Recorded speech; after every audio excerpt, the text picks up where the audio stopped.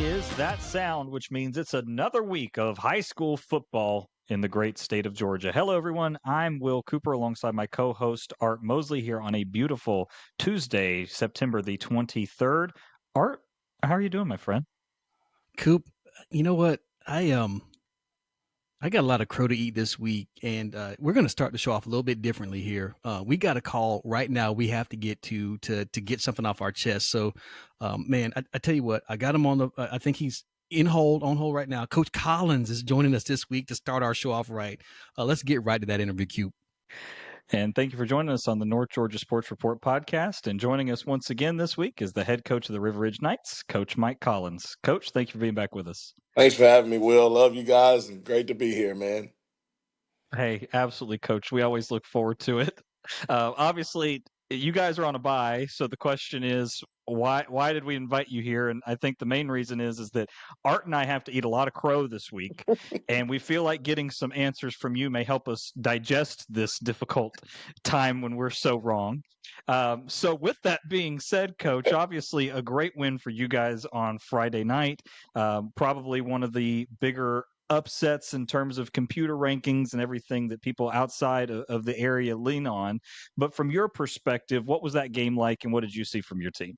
It was a great atmosphere. I think our guys were prepared for the game. Um, we gotta stop early in that game and held them to a field goal. They got the ball down inside the 10, and I think that built a lot of confidence for us getting that stop. And they got a field goal out of it, and then we went down. We scored on the first play. Cam Cox went 80 yards, and so it makes it 7-3. Then we get a pick six. It makes it 14-3. And I think that just that momentum and that confidence kind of built up for us and um, helped us stay in the game and got a key stop in the fourth quarter and was fortunate enough to pull it out. Coach, you guys obviously tune out the noise, but just to kind of rehash some of the things that we said last week about your football team, I did remember asking you that if you guys were going to show up, so a little bit disrespect there from me. I picked Sequoyah, I think by 16, 17, 18 points, a little bit of disrespect for me. I did think you guys would score 21 points offensively, so I will pat myself on the back. But maybe one of the two of us mentioned you guys wouldn't even maybe sniff the end zone. I don't know. So I know you guys don't listen to what we say, Coach. But um, what what did you say to your team going into that football game? Is there anything different, or is it just another football game in region play for that matter? Yeah, it's the same message every week. The guys will tell you, and it's been that way since I've walked through the door. We had a little meeting on Monday. We circled the double R, and we talked about probably being the only folks in the area that believe we could win the game with the people that were locked in hands in that circle on that Monday afternoon. And I think we used that as a little bit of motivation. I think everybody in that circle thought that we had a chance to do it if we could catch a couple breaks, but we knew that there was not a whole lot of outside folks believing we could. And I mean, I understand that, rightfully so. When you look at the numbers and things that had happened throughout the season going into that game, we understand what the predictions were about. But I think our guys believed in each other, and like I say, we got a couple of breaks, and we ended up pulling the game out. Coach, from watching the game, one thing that stood out to me was that your defense in particular was super disciplined. I Mhm. think that's something that when we see Sequoyah play teams, especially over the last couple of weeks, kind of playing Kell and Sprayberry, who they've tried to run the ball more against, they get washed by those reverses and things like that. Your defense did such a good job. Was there anybody that stood out to you in that front four or in that linebacking core that did an extra good job for even from what we see as fans? I think it was it was just the unit play. I think all the guys, the D line, the linebackers, and to stop them or to slow them down, you have to play as a unit. So, the D line did their jobs of holding their gaps, and they had to play physical football. And the linebackers kept their eyes clean all night and read their keys. And to stop them, you have to have secondary guys coming out of the sky making plays. And Rowe and Sam Vincent, those guys did that. Eli Bolden did a phenomenal job with that. Harry Redmond also. Wyatt and Birdhead at the linebackers were solid players all night. So I think it was just it has to be a group effort to slow that offense down. Um, And we did get caught with some dirty eyes. I told you guys I was concerned about that a couple of times, and they hit us with some passes. But I thought we did a good job of kind of bending at times, but not breaking.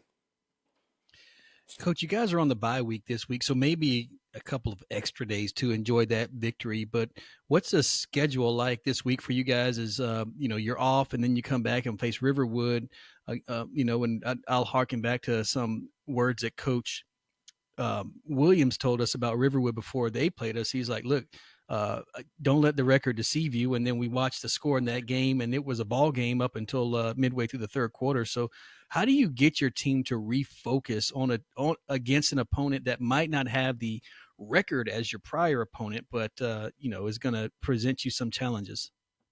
Well, our week is basically, let me tell you, these 6 weeks have been a long 6 weeks for us. You guys have been following us. We played some physical teams, some physical football, a lot of one possession games. So it's really time to just want my guys to kind of unplug a little bit for a couple of days, refuel the jets, get away from it, rest their bodies mentally and physically. So we've had a couple of days off, and we'll get back to it the latter part of this week. And what we'll do is we'll focus on us. Just reads, keys, starts like it's day one of camp for us. That's what the beginning of our practices coming back will be, and then we'll start working on Riverwood at the beginning of next week. They're a scary football team, big football team, physical football team, and I feel the same way as he does. Again, in our league, any given Friday night, anything can happen to you. So it's a team that we're not going to take lightly. But again, we'll focus more on us and try to just be the best version of ourselves. And it'll start the latter part of this week with just some fundamental stuff.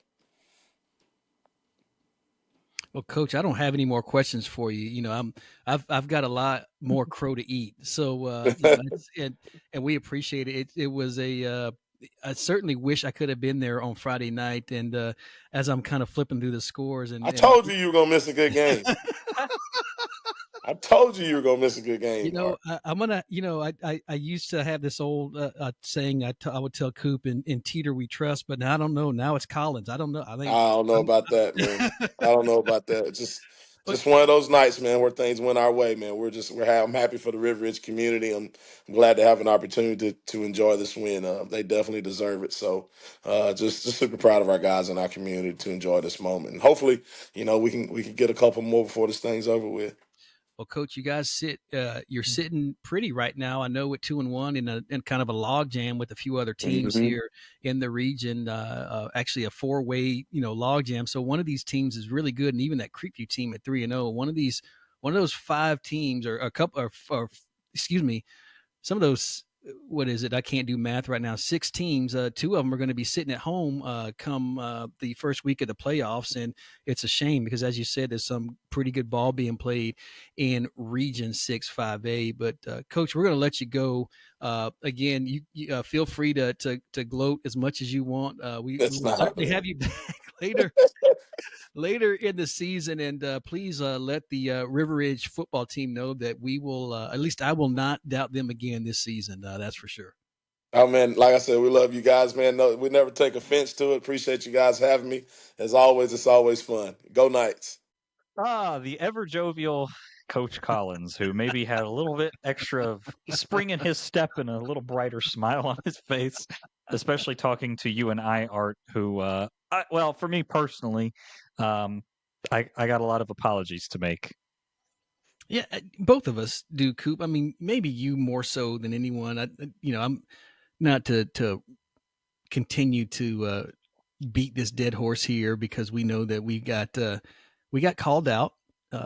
You in particular a couple of times, and nothing better when your audience or an audience or someone in your audience like tells you, "Hey, I went back and listened to what you said. I'm just making sure my receipts say the right thing here before." It was almost bullying. I almost had to like call Frank Reynolds like you do and put out an APB on, or start an anti-bullying campaign for you because the River Ridge Night Nation kind of let you have it a little bit, Coop. Well, I tried to tell Elon, that there were some accounts that were bullying me on Twitter, and tried to file those complaints, and he told me to suck it up and to deal with it. So I just decided to remove my phone. If anybody didn't see my Twitter, I printed this specifically out for River Ridge fans. This is a meme And it's a guy, in case anybody's on the audio version, putting his hands up where he's like, my bad. So anytime anybody gets something hateful in their mind and thinks they're going to tweet something at me that's hateful from last week's takes. Now, this week's fair game, but anything from last week's takes that you're going to put in there, I reference you to this because this is how my heart has felt of my bad, my bad, my bad. And we'll go through it all, but this is for you, River Ridge. I'm going to leave this up as a reminder to me to not say things that will make me do this because you got me good on Friday. You got me very good. So that's my message to Knights Nation to start this whole thing off before we get too far into it. Coop, big night for River Ridge on Friday night. They dethrone the Sequoyah Chiefs, and I say dethrone. Maybe that's at least in county play. Sequoyah coming in this game, winners of 15 straight. Last time that Sequoyah lost to a county game, 2022, I believe, 16-14, lost to River Ridge, the same River Ridge that beat them 28-21. Big night for Cam Cox, a senior. He kind of steals the show in rushing yards. Coop, you had this game on your TV. How did this play out for you? What were your thoughts on this as you saw this game unfold? Yeah, I mean, it was Sequoyah not looking like Sequoyah, and River Ridge fully taking advantage of that. Is pretty much what it was. And from my perspective, I thought River Ridge got off to a fast start. You mentioned Cam Cox, first play from scrimmage for the Knights, and boom, 80-yard touchdown run. Something that we didn't expect to see. I'll speak for myself, something I didn't expect to see since I kind of called for the shutout in an indirect way. But no, they did a great job. I thought the run blocking was incredible. We owe a lot more attention to that River Ridge offensive line than we've been giving it because Sequoia's defensive front did not get hardly any push for a majority of that game. River Ridge had success between the tackles. They had success outside the tackles. The passing game was effective when needed. And the biggest thing to me is they made Sequoyah look like pedestrian at times. Now, some of that had to do with some of the mistakes that Sequoyah made because they were fumbling snaps and fumbling handoffs, things that weren't normal for Sequoyah. And I even in my head, I thought, okay, we're going into half. If I remember correctly, the score was 21-14. And I'm kind of thinking, all right, this is when, Sequoyah kind of had like their worst half of the season, but they're still in it. It feels like the Denmark game. We're about to see them come out and flip that switch. And for River Ridge's credit, man, they kept them pinned down. I mean, even when Sequoyah got the ball back with like a minute left, I mean, there was nothing for the Knights. The secondary played incredibly well. River Ridge's secondary really did a good job of controlling Jack Ripley and Brooks Darling. I mean, I was obviously impressed with Andrew Rowe, pick 6 for him. It just kind of across the board, man. It just was a very impressive Knights game. Where do you put that in the grand scheme of everything? I don't know. We'll talk about it later. We'll get into a little bit of a region preview with the whole thing, so stay tuned for that. But as far as the Knights go, their offense is better than I thought. Their secondary is a heck of a lot better than I thought, and their offensive line is worlds better than I thought. So that's my take on the Knights. And again, I am sorry. I was wrong. I will not make those mistakes again. I feel like the opening of Bart Simpson where he's writing all the things on the chalkboard. I will not tell River Ridge they won't score. I will not tell River Ridge they will not score. Like, that's me right now. Because, like, I get it. I hear you on Twitter. I hear you. My bad. I'm sorry. My bad. Oh my goodness! Big night. Cam Cox. Just a few statistics here: 161 yards, 3 scores. Micah Pugh added in 60 yards. Hunter Lagerman only attempting 6 passes in that game for 12 yards. Coop. So we knew that we did talk about that in our preview that River Ridge would try to have to steal a page out of Sequoiah's book and really control this ball game on the ground, and they did. Kind of punch the bully in the mouth, so to speak, holding Sequoyah to 117 yards rushing. Colby Martin did have 202 yards passing, but 23 pass attempts, something that we're not really used to seeing or we haven't seen out of Sequoyah this season. And we'll talk about their side here momentarily. But the Knights get the big win in the county this week, and at least from, a giant slayer, so to speak, 28-21 over Sequoyah moved to 2-1 in region play, and as you mentioned, we'll talk a little bit more about that because some interesting developments in the region after last week. Coop, that's our River Ridge chat. I'm sure Night Nation would love for us to spend this entire podcast talking about them, but that's just not how we roll. We're going to bounce to the next team. We're going to go in alphabetical order here a little bit. We're kind of all over the place tonight here, but Creekview Grizzlies is our next team. And they had an interesting matchup. Another team where I thought at least the Grizzlies didn't have a chance. And fortunately for us, the Grizzlies aren't as vocal on social media about our podcast, or even maybe they forgot we existed. I don't know, Coop, but Creekview getting a big win coming from behind to defeat Woodstock 28-21. And Coop, if I'm not mistaken, that's the exact same score as a game a year ago in Woodstock's favor, but this year it is the Creekview Grizzlies getting a win on the road. Coop, your thoughts on Creekview this week?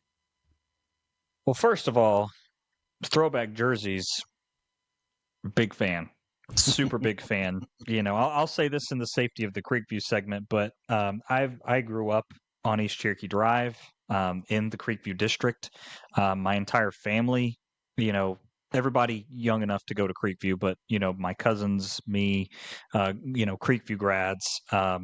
My cousin Andrew was on the first graduating class at Creekview and played football there, and then my cousins after were part of the band. And my point is that I grew up on Owen Store Road on Friday nights, and some of those great memories are watching that helmet in particular beat some really good teams and kind of have that success. And it was so good to see that from a fan perspective. And I hope there are people that kind of echo that sentiment onto the actual game and how it plays into where we're at here in 2025. Creekview did what they needed to do to win. That's kind of what I come back to. I watched this game at the same time as I was watching Sequoyah and River Ridge, kind of double tasking. But to me, Creekview has found a way to win football games, which is what good teams do.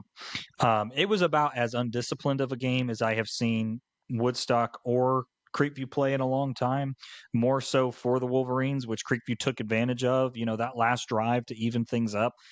Off the top of my head, I think they got 30 or 45 yards gifted to them through penalties, which take advantage of, right? That's not to say they wouldn't have done it on their own, but you take advantage of those penalties. So Creekview did what they needed to do. When the game got messy there in the second half, Creekview kept their composure. The running game looked pretty good, all things considered. Alex Penrod's toughness really shone through for me in this game. I think that was kind of the main thing because there were a few hits he took, man, that it's like, this is going. You're going to take some licking against Woodstock. Like they're a physical football team. He kept popping up, doing what needed to get done. The passing game looked a little better. Hudson Stanley was involved a ton in this game, which I thought was great to see. And I think that's kind of what it comes down to for Creekview right now is finding ways to get the pieces that you have involved. So all of that to say that from the Creekview perspective, they're 3-0 in the region, man. They're number one in the region right now. So, have they played the easiest schedule up until this point? Probably, yes. Playing Lassiter, playing Riverwood, those are pretty easy games compared to what if you look at like what Sequoyah's done in playing Sprayberry and then playing River Ridge with the Riverwood game thrown in there. It's probably the easiest one so far, but with all that being said, I still like where Creekview's at. I think they're a world better. I would pick them by 21 points over who they were week one. Oh, absolutely. That's a great point. You mentioned the toughness of Penrod. We know Jackson Shirley's been involved in the passing game. Carson Lott has really come on as of late. Coop, you mentioned them sitting at 3-0, winners of the last 3 games, all region games. Their schedule in terms of strength of schedule in the region is probably a little bit backloaded, as you mentioned. When they come off the break in October 3rd, they'll have Sprayberry, Pope the 10th, and then 2 county rival games, really back-to-back here.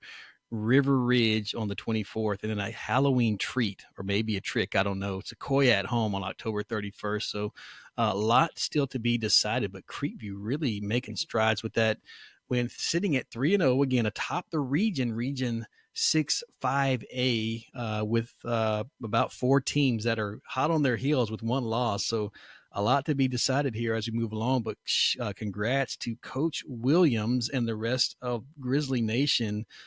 Owen tailor-made victory for them, defeating Woodstock. And again, they'll have to see if they can follow that up with the game against the Sprayberry Yellow Jackets, as they'll be coming to Owen Store here in a couple of weeks. Coop, the Sequoyah Chiefs, long-standing, undefeated team in the county, a team we thought and still think can really make a run here, but we're just destroying everybody. But man, they got caught up on Friday night, and we won't call it a trap game. I mean, we did mention there was a little bit of talk about it, and maybe there was some of that element, but I feel like that would be taken away from River Ridge and the job they did, and but Sequoyah really unable to get anything going, at least in terms of getting ahead. And I guess if you look at it, the difference in that game ultimately was a pick six, right? And I think that might be the first interception that Colby Martin's thrown all season. And proved to be one of the difference makers there. But Sequoyah falls 28-21. We talked about it a little bit. Tough night for the Chiefs. Again, Rzeki only 100. I say only. The numbers he was putting up, we've just come to expect so much more in terms of production. But 101 yards on the ground. Coop, your thoughts from the Sequoyah perspective in this ball game? Well, so I think you kind of pointed it out, for other teams is that Rzeki's going to get his. So it's surviving the Rzeki storm, so to speak, which, again, Sequoyah, or River Ridge, to their credit, did. I think from what I saw from Sequoyah, man, was they looked disjointed. This looked like a totally different football team than what we had seen the past few weeks. It looked like Denmark. That game had come back, but tenfold in a way. I mean, they fumbled a couple of reverses that they were running. The snaps were low. Colby Martin they were like 3rd and 3, and he fumbled a snap that was kind of low, and you end up being 4th and 12. And Leif Hansen bails you out because the kid can kick from 55 plus. So I think that was a 49-yarder he hit. So he bails you out with points. But Sequoyah, you think 3rd and 3, man. Who cares? We're getting ready to line back up and run it twice, because we'll get 3 yards. So plays like that made a lot of difference to me, I think. In terms of the other thing that we kind of looked at was that they didn't stop the run, which is what surprised me the most, was that River Ridge didn't come into this game as a prolific passing offense.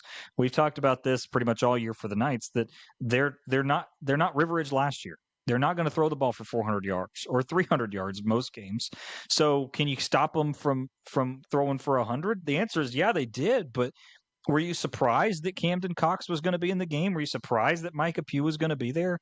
I just think that the execution was lacking on both sides of the football. Yes, it ended up being a little bit more of a boxing match where they were feeling each other out there in the second and third quarter. Sequoyah kind of came back and survived.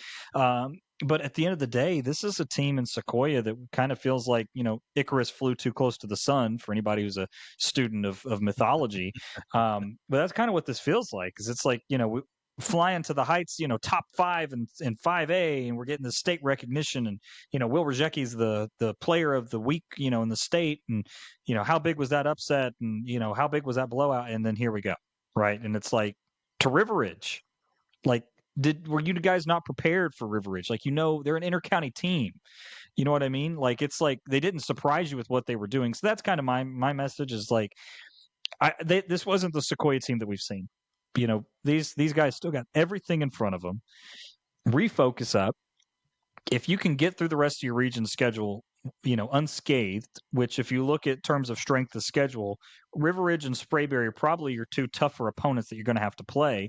So if you handle your business against Woodstock and Creekview, and then everybody else that we kind of think they will, now they've already beaten Riverwood, but Pope and Lassiter, just from a pundit perspective, and this is going to be clips too, I'm sure, because I am batting 0 for 5 over the last week, but they don't look like that big of a challenge for Sequoyah. So take care of business, and I think you're fine. But it definitely left a lot of questions in the minds of some folks over there off Hickory Road in Hickory Flat.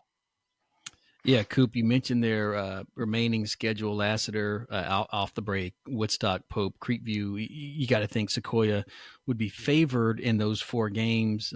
Still, everything in front of them.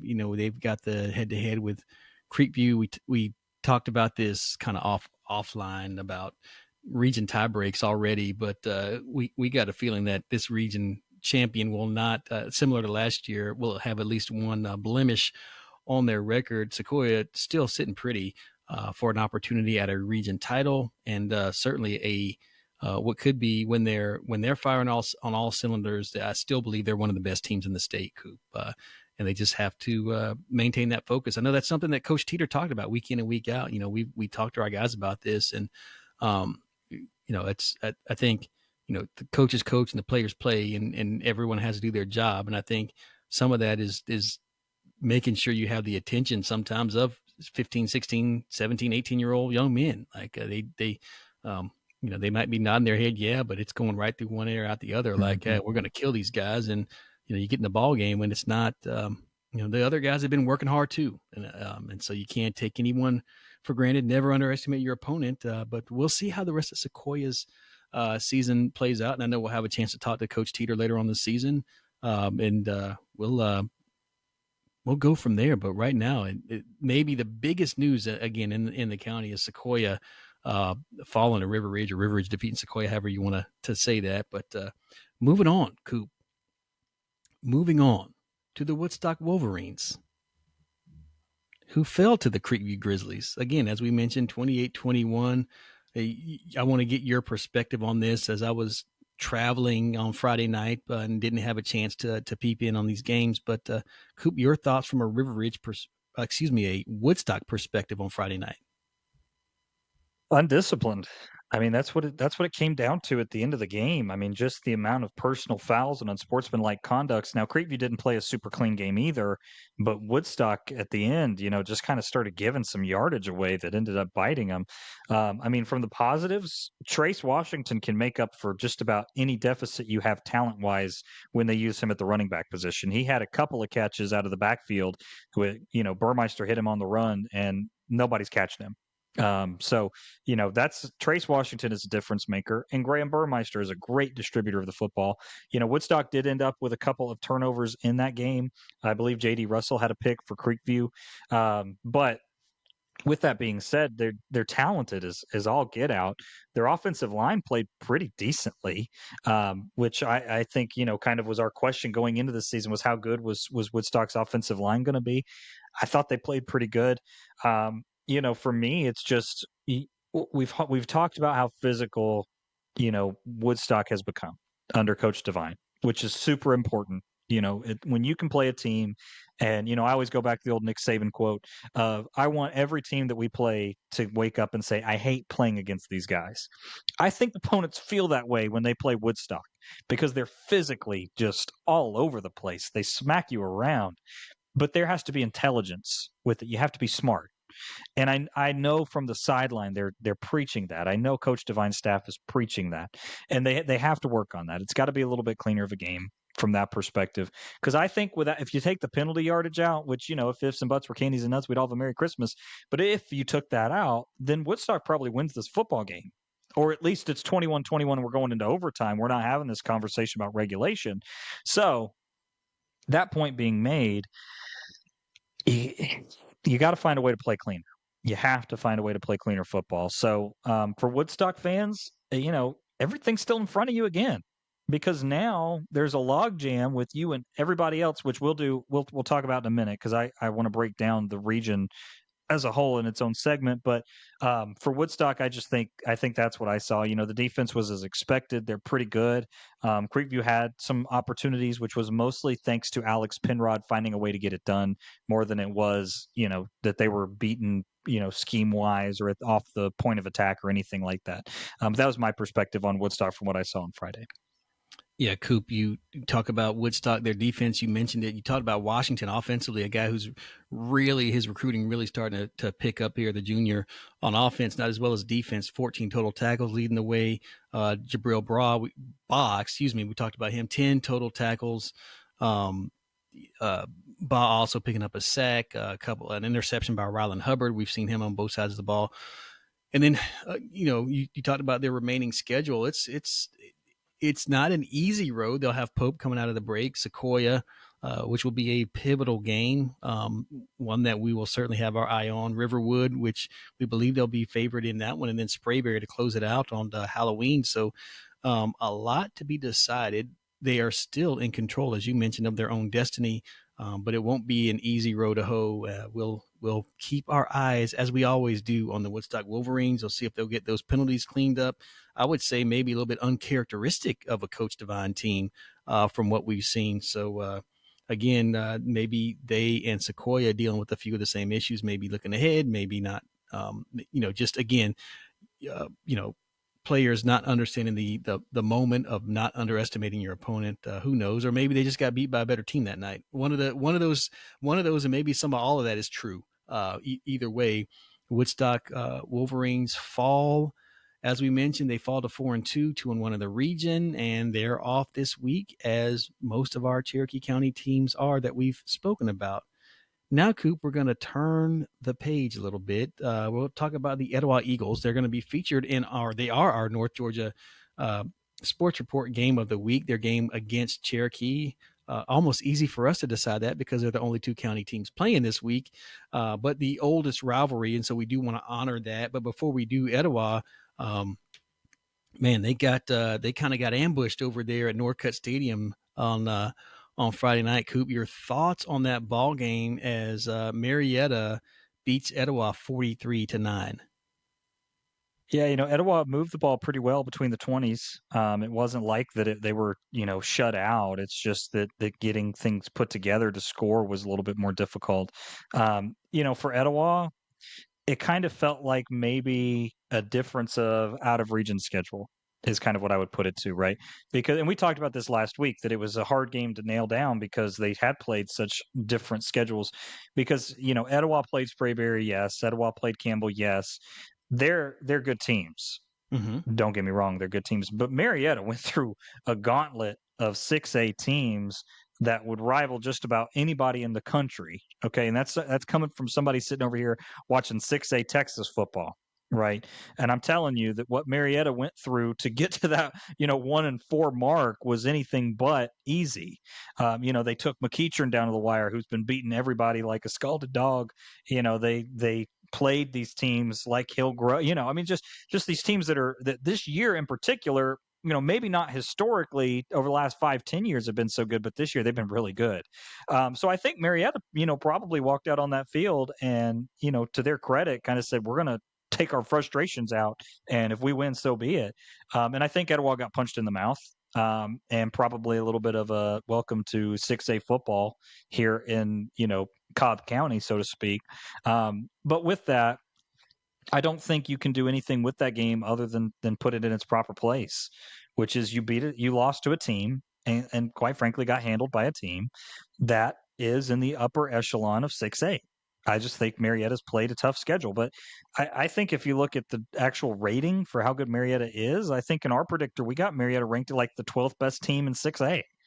I mean, these aren't the scrubs that you guys played against, right? Sometimes you got to throw the records out. So with that being said, for Etowah, don't panic. It's not the end of the world. I don't think this changes the conversation around how competitive you are for a playoff spot even. Yeah, I agree with that. Coop, Etowah falls to 2-3. They won after winning that first one. They've dropped, and this is cherry picking stats here, but they've dropped 3 of their last 4. Their last win at Chapel Hill back on September 5th. Here they'll look to round out the month of September as they face Cherokee, as we mentioned in our North Georgia Sports Report game of the week. Coop, just a couple of statistics here looking at this. We know that Zeke Douglas has been somewhat of an effective passer, held 126 yards this past week. Interestingly enough, Walker Hughes only with 1 catch for 45 yards. He did pick up 13 yards on the ground, but not the production we've come to see out of him. Zeke Douglas, again, leading the team on the ground with 14 carries for 96 yards. He did have a touchdown, did throw a pick, but just a rough night. And like we said, this is the Marietta team that had been battle tested, and that might have been a little bit of the difference. And then, of course, we don't want to disrespect the Blue Devils there, but they've got a pretty good wide receiver in Samaj Anderson, the junior, 4 catches for 144 yards, and that's a very impressive 36-yard per reception average. So tough to defend a player with stats like that. And then also he scored 2 touchdowns, so 50% of his receptions were touchdowns. So Etowah going to have to find a way to straighten out or fix either the pass rush or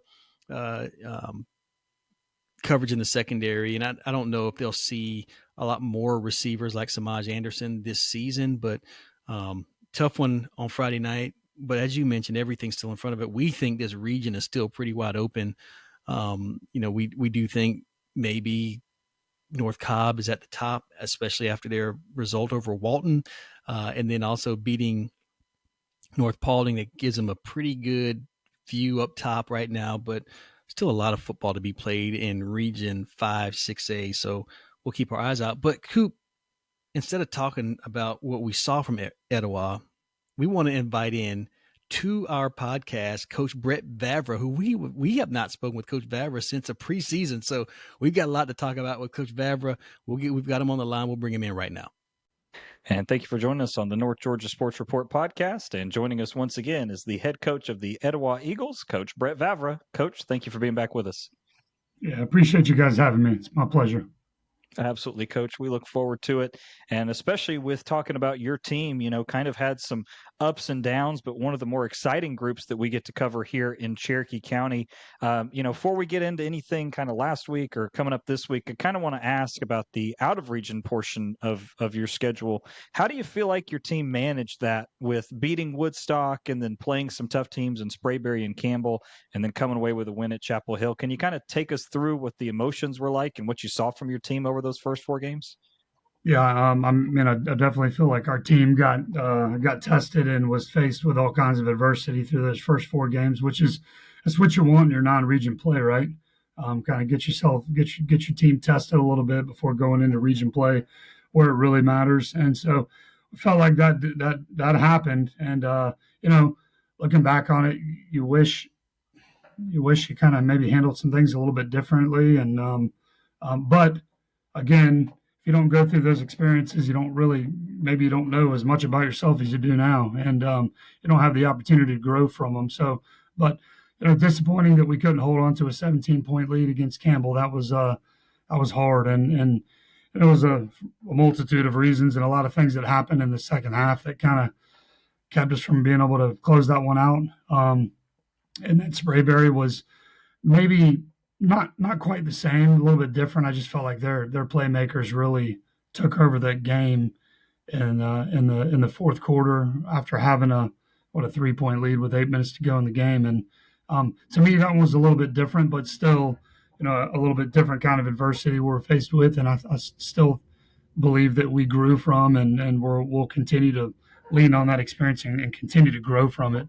But yeah, it was definitely emotional, up and down, and coming out of it, I knew we had a little bit of grit in us in terms of our team, but still have some answers or some questions about kind of who we are as a team, and so that or use the bye week to kind of try to figure those out, and then had a tough opponent in Marietta last week. I know we'll talk more about that, but yeah, lots to learn from and grow from in that non-region play. Coach, we won't spend too much time harping on Marietta. That's not what we want to do. I'd rather kind of, if I can just change gears a little bit and just, you talk about learning from your team. Can you give us a few guys on your ball club who have surprised you? Maybe since the last time we talked to you, just pleasantly surprised. I know we talk about Walker and Zeke, certainly week in and week out when we talk about you guys, but who else has really stepped up for you guys this season so far? Well, yeah, it's it's one of our guys that we had move in from Louisiana, Drake Mason, linebacker, running back. has been a playmaker for us. And, we weren't real sure what we were going to get. He looks the part, but truth of the matter is he hasn't really played, a whole lot of varsity football, even in Louisiana. He was injured all last year. So he doesn't have any junior tape. We don't know. And he come to us and he was a leader from the get-go and a hard worker and, was athletic and big and physical and strong, but you really don't know until you get out on the field what you're going to get, right? So he's been, I won't say a pleasant surprise, but he's been a good player for us and very dynamic. We had planned on playing him more on defense, and he kind of was a little bit slow to develop defensively, and so we were like, maybe he's more of an offensive player. So then we tried him on offense and played him at some running back, and then he's really done a great job of settling into both of those roles, and he has developed. I mean, kind of since that time, he's become a really, really good defensive player for us, and then kind of gives us that change of pace that we need at times on offense at running back and the physical style of runner that we need, and a little different pace from Mike Goins or maybe some of the other guys we got. But he's been somewhat of a pleasant surprise. I've just been really pleased with his progress and the playmaker that he is. Other guys that I think you'll see kind of take on a little bit more of a role is Kingston Caesar, sophomore receiver, running back. He's only gotten a few carries at running back, but he may play a little bit more running back for us. He's probably the most explosive kid we got on our team. And so he did have a touchdown in week 1 against Woodstock. And he's probably hasn't touched the ball enough. We got to get him the ball more, and that's why we're, might plan on playing him a little bit more at running back. But he's a playmaker for us, and we got to find ways to get him to touch the ball. Defensively, was a returning starter from last year, but Phoenix Caesar has really done a nice job in the secondary for us. Weren't real sure what we were going to get. We're still learning, we're still growing, we're still developing back there. It hasn't been super clean, but I think year 1, a lot of coaches go through this where you're trying to it takes a little bit longer than you like it to kind of figure out what your identity is on both sides of the ball, and we're still trying to figure that out a little bit. But Phoenix Caesar has done a really good job, and then Oliver Curry at the other linebacker position playing the Mike for us. Drake's playing Will. Oliver's playing Mike, and he's a kid. I heard you guys mention him a couple weeks ago on your podcast, and he's a kid that didn't even play football last year. He took a whole year off, and so decided to come back out and tried him out a little bit at running back, and then decided to play him on defense. And he was day 2, probably day 1 or day 2, one of our best linebackers. So that's been a pleasant surprise for sure, the production that he's had. Well, Coach, I'm going to tell you, you made my day saying he didn't play last year, because I pride myself, and Art can attest this, on remembering the names and knowing the names to know before we even get into the season. And when I saw the stat box and Oliver's names there, I'm sitting there thinking, wait a minute, I should have known this from 2023. Why didn't it pop in my head? But that makes a lot more sense. So I appreciate it, because I'm going to forgive myself for that. And Coach, you kind of mentioned some of the running backs that you guys have been trying out. And just from my perspective, when we look at some of the box scores, that Chapel Hill game you mentioned, Drake had 2 rushing touchdowns, and we talked about it and said, maybe that's the turning point where they found a couple of backs that they feel really good about with Mike Goins and all that. With the running game, is that something that you've seen develop since your offensive line is a little bit younger and kind of trying to get that set up? Or is that something that you guys are more focused on just trying to get the production where you can? Yeah, I mean, I think it's a little bit of both. I want to run the ball, and that's an identity I want our offense to have, is just to be physical and be able to mash the ball. And it's been a little bit hit or miss, this season. Mike Goins has been our primary starter, with Drake Mason filling in, and a little bit of Robert Williams, and then a little bit of Kingston Caesar just here and there, and then really Zeke, but really want that to be a place that we have to live is our quarterback being the one that's got to tote it uh, 15 times a game. I don't love that. And we'll do what we have to do to win ball games, but we're still trying to figure that piece out. I think our offensive line, they are getting better. And it was tough last week because I think that Marietta is very, very scrappy on defense. I mean, they've got a good defense, and our kids do a great job up front. And so, not to say we were outmatched, but it was a tough matchup for us, and weren't as productive or run the ball as I'd like for us to be. I think we only had one or two series where we did. We had we were well over 100 yards rushing, but a lot of that was Zeke scrambling and Zeke running the quarterback run game. And again, I don't love living there, but we're going to continue to grow and get better in that area and figure out what our identity is in the run game, because right now we're still trying to figure that out. Coach, as we look at this region that you play in, Region 5, 6A, I know you had the setback last week, and Marietta came into that game with a record of 1-4. That was extremely deceptive. We saw that they played McEachern tough early in the season, and so we knew they had that.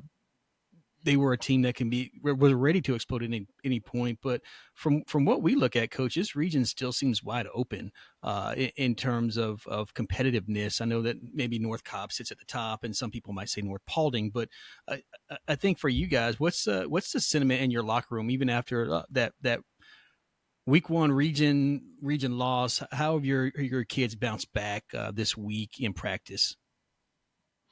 Yeah, obviously it's a fall break, so it's a little bit different. We're a little bit out of routine, and I don't love that, but it is what it is. I talk to our kids about control the controllables, control what you can control, and don't worry about the outside factors. So we're not going to let that affect us negatively, that we're practicing a different time of day, or that we're not in school, or whatever the case may be. But our kids are up. We've had a good 2 days of practice so far, and they know that we can still achieve our goal of getting to the playoffs. That's something I'll talk to them about after the game, and then at our team meeting Monday morning. It's our goals are still very much alive, and we feel the same way. The region is wide open. We just gotta focus on the process of getting better and not worry about the outcome so much. And that's been the message since I got here, and will continue to be the message. But how do you make that happen? You make that happen by being very intentional at practice and being very like competing at practice. And that's something I'm trying to get our guys to understand. I think we got some learning and some growth to do there. Is like, just because we're practicing doesn't mean we're going to get better. You got to practice with a purpose. Everybody in America is practicing. It's what you have to do. But if you're not being very intentional at practice and having a sense of urgency about you that's required, it's going to help you succeed on Friday night, then we're gonna struggle to get to where we need to get to. So we're working on that, and our kids are doing a little bit better job with it every single day. And then, Coach, kind of to wrap things up here with you, Cherokee this week, for our sake in Cherokee County, it's one of the bigger rivalries, obviously one of the older rivalries with a lot of history. For Art and I personally, it seems like every time that we pick this game as our game of the week, it ends up being some 1 point or 1 possession game. So, I know you're not hoping for that necessarily, but always a great game. But tell us a little bit about, what the Warriors look like from what you've seen on film, and what kind of challenges are they going to present for your team on Friday? Yeah, they're a very good football team, and again, like Marietta, you can't really look at their record. Throw the records out, especially when it comes to a rival game like this. They're very, very productive on offense. Zach Parker, the freshman quarterback, I believe that's his name. He throws the ball well. He's very poised. He gets the ball out of his hands quickly, so they don't give you a whole opportunity to go pressure the quarterback, because he's very decisive and gets the ball out of his hands. And then the running back, number 3, I think his name's Hamilton. Golly, he's very, very good. He's very dynamic. Probably one of the best running backs we will have seen all season. He's very fast. He's physical. He's got great vision, and they do a good job up front. They're very big. So I think the balance in the run game, and then throwing the ball effectively is what's going to be challenging for our defense.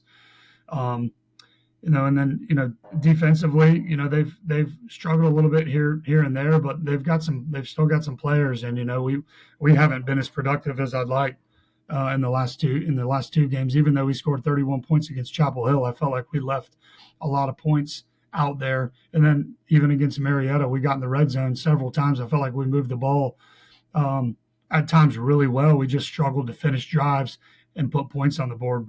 First drive, we had to settle for a field goal, and then two or three other drives, including one right before halftime.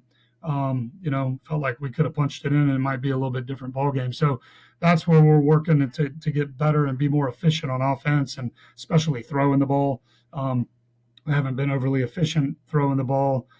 Zeke's had some production and made a lot of big plays, but I believe we're under 50% throwing the ball right now, which is not, where we want to be. So we'll work on that.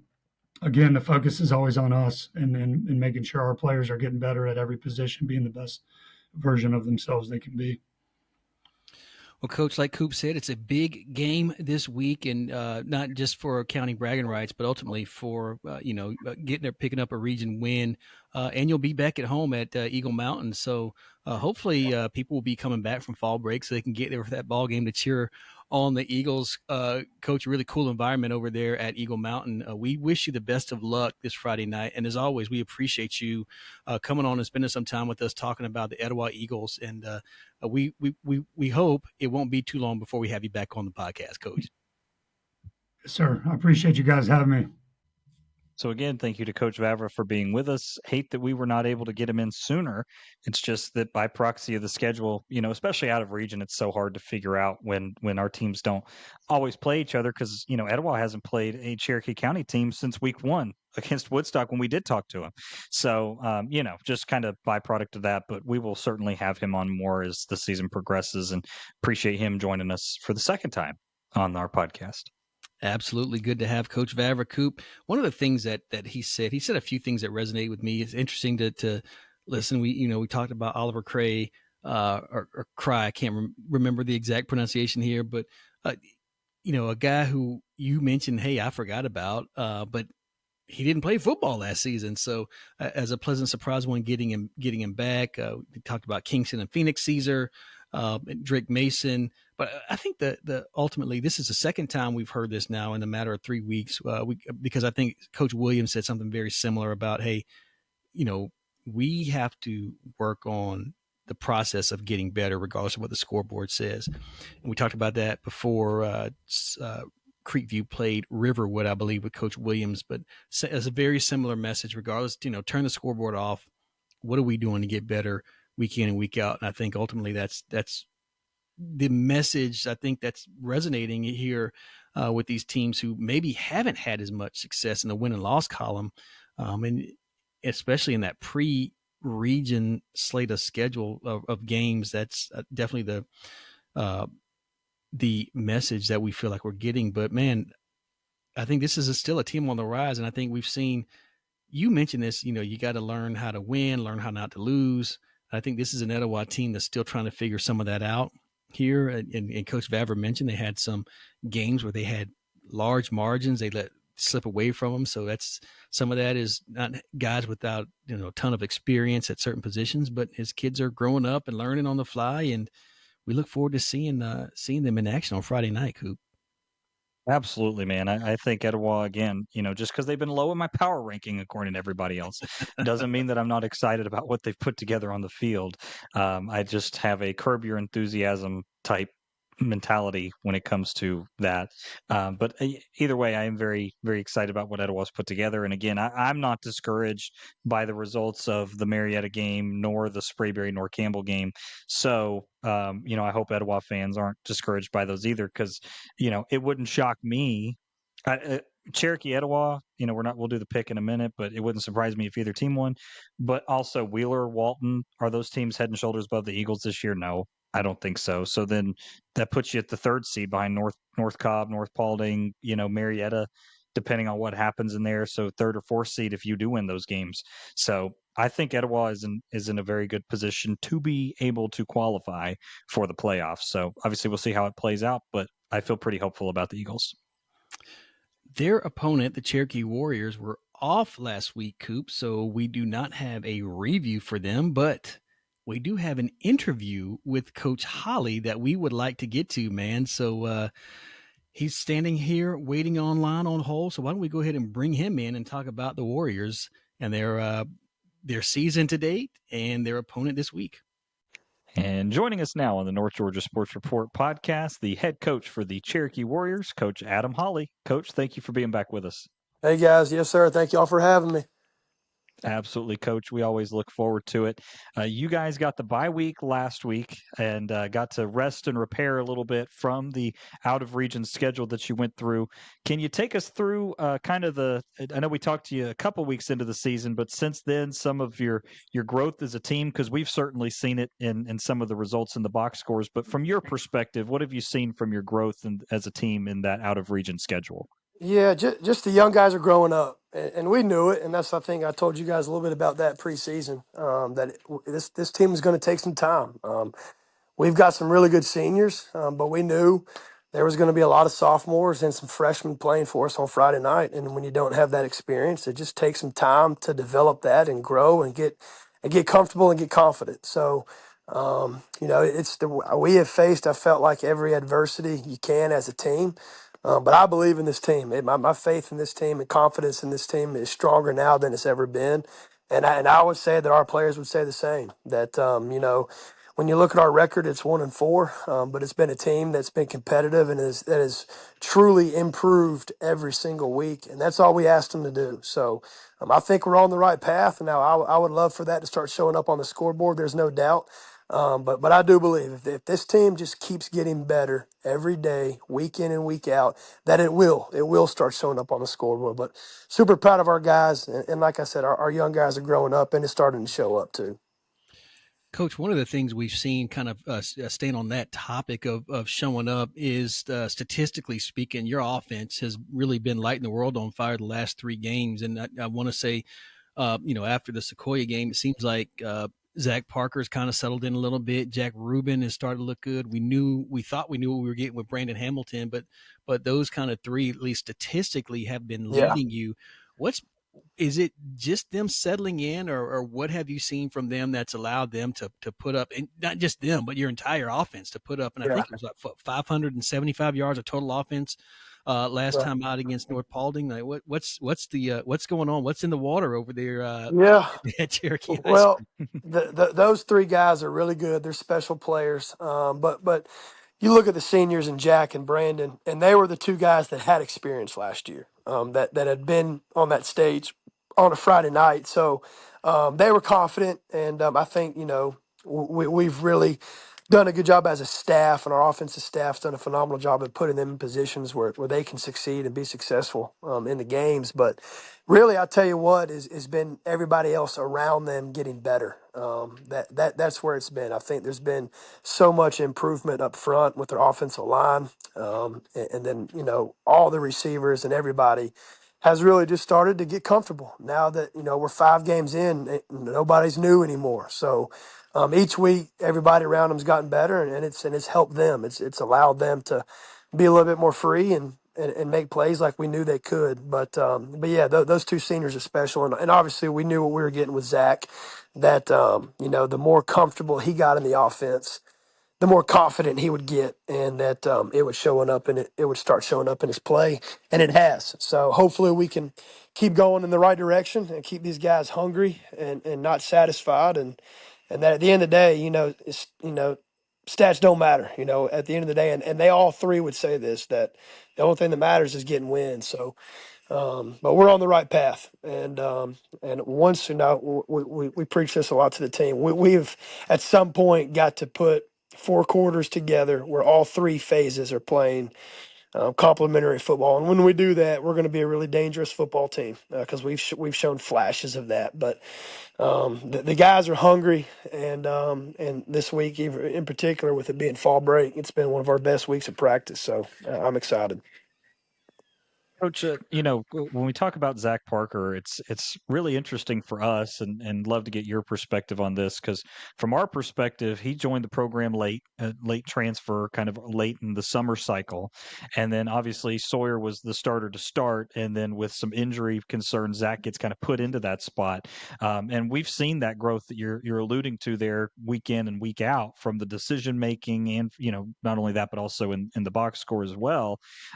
But as a coach, in your experience, is that a unique situation to have somebody that joins late and then having to get them up to speed so quickly? And how was that adjustment for you guys as a coaching staff?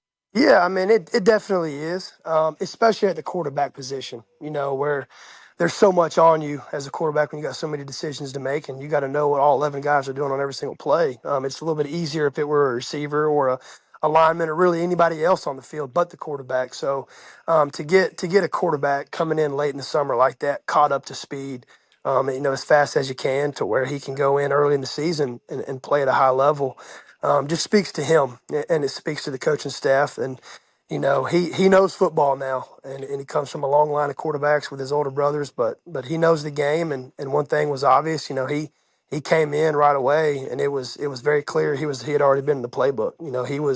I'll never forget some of those first practices when he got with us, if it was the receiver that busted a route, he was the first one to call him out. And it's like, man, this guy's only been here for 3 days and he's calling guys out for a bust assignment. So we knew he had a lot of potential, and he's shown that. And he's still got a lot of improvement that he can make to put him in positions where he can make some corrections and even play at a higher level. But it's a process, and he's still a freshman at the end of the day, so there's going to be mistakes made. But yeah, I mean it's been awesome to see just his growth already, really in just about a month and a half of being with us. Coach, you guys play in a region that when we looked at it, we thought it would be, traditionally, North Cobb, Walton be up at the top, Yep. maybe Marietta, and then everybody else. But I tell you what, it looks like a region that is a little more wide open. We were at a game where we saw North Cobb fall to Cass, and Cass is a pretty good football team in their own right. Yeah. Then North Cobb come back and then really put it on Walton. We've seen Walton win some games out of region. Marietta had a big game last week against your opponent this week. Yep. Is this region still a toss-up to you? And by toss-up, I don't mean, hey, we can go out and win this thing, but Yeah. in terms of any given Friday, how do you guys approach that with your players? Even on the bye week here, as it's like, okay, what's in front of us, what's left in front of us here in the season? Yeah, well, I think just exactly like you said, I think our players know it. And I think it gives them confidence that, I think obviously North Cobb is extremely talented, and they're very well coached. And you look at Marietta, but I think what it shows about our region is really from top down, everybody's good. And so you've got to bring your A game every week, and if you don't, the other team's going to win. Because there's nobody that you can just write off as a win, and there's nobody though. With that being said, that I think is different from years past. That you kind of look at it and you're like, oh man, we're going to have to play a perfect game, and the ball's going to have to bounce our way in order for us to win. And I think it's given our players a great deal of confidence. That guys, look, if we just keep getting better every day, every week, you never know what's going to happen. I mean, when you look at Etowah this week, and they're a very talented team, and they've shown flashes this year. They're much improved. But I think you're right. I think you look at it, and North Cobb is still extremely talented, like I said, but there's nobody on the schedule that you don't walk in thinking, man, it's going to be a really long shot for us to pull this off. I think if this team that, just keeps growing and getting better, we can go into a game with confidence that, hey, man, let's just go play our best brand of football and let's see what happens. So it's going to make things interesting because I do think it's wide open, and that's no knock on anybody. I just think is extremely well coached in our region. Everybody's got talent, and it just comes down to who plays the best and who can execute the best on that particular night. So, with that being said, it gives our players confidence that, hey, well, let's let it be us and let's get on a roll here. So, it's an interesting year in our region, but I think it's going to shape up to be a lot of fun. Coach, and you guys, as you mentioned, play in Etowah this week over at Eagle Mountain, one of the older rivalries in Cherokee County, and one that we always look forward to watching. Can you take us through some of the challenges that the Eagles present for your team this week, and what's it going to take for you guys to come out with a win on Friday? Yeah, they have a very talented quarterback, and he played a lot last year. Actually, started against us last year, and very athletic. Likes to run the football. He's not afraid to run the football, but he's got a very accurate and strong arm too. So he's where it really starts on offense for our defense. You know, we've got to do a really good job of containing him and getting pressure on him. And, you know, I was at the game against Marietta, and he does a great job when things break down of scrambling and making things happen, whether it's with his arm or with his leg. So we're going to have to do a really good job of execution on defensive side to, you know, consistently put pressure on him and put him in no-win situations. And then offensively for us, they're a group of guys that Etowah's defense, they just play hard, and they're physical, and they're well coached. So you know, I think they do a really good job up front and in the box of generating some pressures on offenses so far, and we're going to have to do a really good job and win the line of scrimmage, and that's kind of been the number one thing this week is dominate line of scrimmage on both sides of the ball and win the physicality, win the aggression, and let that set up things in space for us. But yeah, I think they're very well coached. They're much improved from last year. Got a very talented quarterback and a group of guys on defense that just play really hard and really physical. Well, Coach, you certainly have your work cut out for you as the county's oldest rivalry, Etowah and Cherokee, and you guys will be on the road. Is it one last question before we let you go, Coach? Is it easier on a fall break without the maybe distractions? I don't want to say distractions of a school day. I hope Mr. Hall doesn't listen to this, but without the distractions of a school day for you during the break, or is it more difficult because it's not in your routine typically?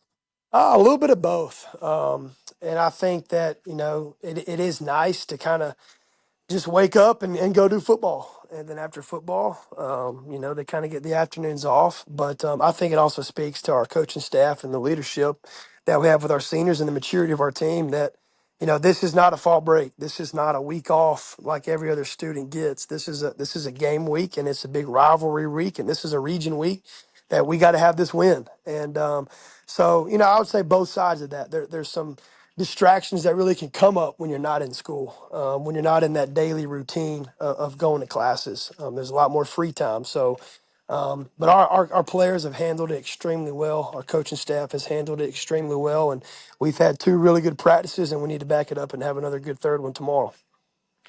Fair enough. You guys will have your work cut out for you, Coach. We wish you the best of luck as you travel over to Eagle Mountain to face Etowah. I guess every region game is pivotal. Yes, sir. Excuse me if I can spit that out. But best of luck this week, and enjoy the football. And hopefully, cooler weather will present. We'll be there to greet you guys on Friday Yes, night. sir. It's Yep, summer keeps its grip on us here in North that's Georgia. right. Thanks again, Coach, for joining us. Best of luck on Friday night. Yes, sir. Thank you, guys. I appreciate it. So again, thank you to Coach Holley for being back with us. I believe this is the third time we've had him on, so we're showing some love to our 6A teams. We're trying to make the rounds here. You know, it's a little bit tough because they don't play one another.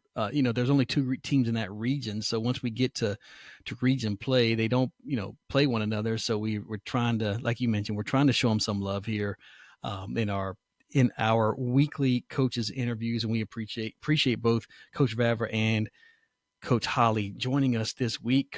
Coach Holley, very complimentary of his team. He talked about the youth, but also focused on that senior leadership. And two guys in particular, Brandon Hamilton, Jack Rubin. Hamilton, of course, the running back. Rubin, wide receiver, who was at one point, at least prior to last week, at the top of Class 6A in receiving. And, of course, going along with that is a young quarterback, Zach Parker, who has been lighting it up since he's gotten his opportunity after the Sawyer Ray injury earlier in the season. But Coop, your thoughts on the Cherokee Warriors and that Coach Holley interview? Yeah, look, I mean, I think it comes down to the same question we had. What are you working on? Right. And it's got to be defensively. Not saying the offense doesn't have room for improvement. I'm sure they do. But I think this bye week came at a good time for them, coming off of that North Paulding loss, which, it really didn't, he didn't lose by too much. Right. You put up 40 plus points. It's just, again, this is the second week in a row, third time this season that you've allowed 50 plus. It's like, how many times are you going to get into a shootout before your defense, HBO, help a brother out here. So, from that perspective, I feel like Cherokee is a team with a lot of promise, but until we see the defense turn around, I do have questions about where they can, what their ceiling is, so to speak. A good performance against Etowah this week would do a lot of good for how we feel about them, I think, especially on the defensive side of the football. But, Coach Holley talking about Zach and kind of that growth as he's had, because it kind of is a unique situation to have a young man that's a freshman fill in for the heir apparent of, kind of continuing that great line of Swan to Savasier to then, Sawyer Ray, which unfortunately, injuries kind of prevented him from fulfilling that this year. But, Zach Parker picking up the mantle and carrying that on is a heck of a thing. So I think it speaks to that coaching staff offensively in particular. So appreciate him being with us and, excited to see what they can do this Friday. Well, I tell you what, Coop, we're at that point in the podcast. We're going to talk about it. One of the things that stands out to me when I look at both of these teams, Cherokee allowing 44.2 points a game on defense, no surprise, but Etowah allowing 32 points as well. So both of these teams with a propensity to give up a few points here or there. So that is one of the things that one of the keys to the game that I'm looking at per se. Always also taking a look at both of these offenses. I think these are two explosive offenses at times, and so we could be looking at a video game like scoreboard where Cherokee's already been involved in some of these games that are extremely high scoring. This one to me shapes up like another one with two teams that have quarterbacks that can sling it around the yard, have special players at receiver. I just think this is one of these matchups that can be huge. I think it's ultimately whatever defense can make a stop is probably going to win this ball game, and that's what I'm looking for.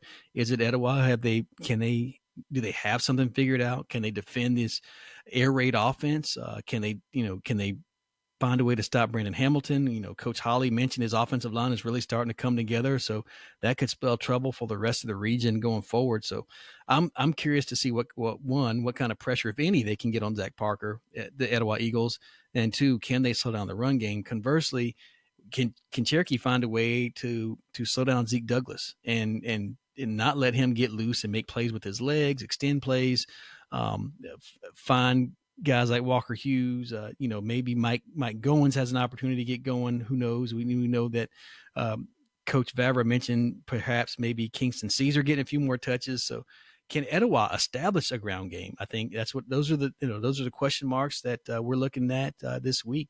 And I'm gonna hold my breath and hold my tongue here while you go ahead and tell me your thoughts on this ball game. I echo a lot of your sentiments. I think it's playmakers on both sides of the ball. Especially when you look at the Etowah offense and then the Cherokee offense. Cooper Predictor, coming in, giving a little bit of guidance on this for me because with my own opinion on this, it kind of feels like a toss-up game where whoever first one to 50 wins. Let's go. Cooper Predictor guidance on this tells us that Etowah's offense is overperforming by about 5.5 points per game compared to the averages. Their defense is struggling more than I thought. They're 8.5 points under the average. So that tells us that Etowah is about a -3 on the rating. And then Cherokee, on the other hand, their offense overperforming by 10, which is a heck of a number because it includes Sequoyah's game. So the 61-0 is still factored into that. So if you removed that game, which we don't do, it's an entire body of work for us. But if you did, you would think they're touching 16-17. But their defense continues to struggle again. They're nearly 20 points under the average on defense. So very stiff there for that team. But with all of that being said, when you look at it, Etowah comes out as about a 7-point favorite in this game, with rationalization, as we call it. Etowah is expected to win, in a game that's about 45 to 38, which would keep, Cherokee under their season average by quite a good bit, especially over the last 3 games. So I don't think that's a far off guess. Maybe 7 points for Etowah with the home field advantage probably gets you there. But for me, the question is, can Brandon Hamilton take over this game? That's going to be my question. because what I think is that Etowah's secondary is pretty darn good compared to what Cherokee's seen the rest of the year. And their defensive line is going to be pretty darn good. Now, Cherokee's offensive line has made some tremendous strides, especially since that Sequoyah game. They're as inspired of a group as we've seen play as maybe River Ridge when they played Sequoyah offensively, last week. But with that being said, I think that's the question. And then the question for Etowah is, do you have an opportunity besides Walker Hughes in the passing game? Who's your second option? Who's your third option? Who do you feel comfortable with? So that's kind of where I look at this is like Brandon Hamilton needs to take over the game, which he's been doing, averaging like 10 yards a carry for the last 3 games. If he does that, I feel really good about Cherokee's chances. And then for Etowah, I think it's if Walker Hughes is covered, if they say we're going to double cover Walker, who else can get open? Who can get open in single coverage? And do you rely on Drake Mason? Do you rely on Mike Goins? Do you rely on these guys to help you with the running game so that, as Coach Vavra mentioned, you're not relying on Zeke to take the ball and carry it 20 times a game because that's hard for any quarterback. So those are kind of my keys. That's without stating the obvious of can Cherokee's defense stop a team from scoring 40 points? Yeah, Coop, I like the points you made. For me, I feel like the Warriors have been more explosive even against some difficult competition earlier in the season. I don't know if I necessarily believe that the strength of schedule favors either team. I think this is two evenly matched teams, so I don't even want to. That doesn't really come into play for me. I just think that Cherokee's been a little more explosive in a game that if they can contain the Etowah ground attack and make them one dimensional, I think that I don't know if Etowah can outscore Cherokee, and I think that's I look at this game as a track meet, and last team with the ball wins.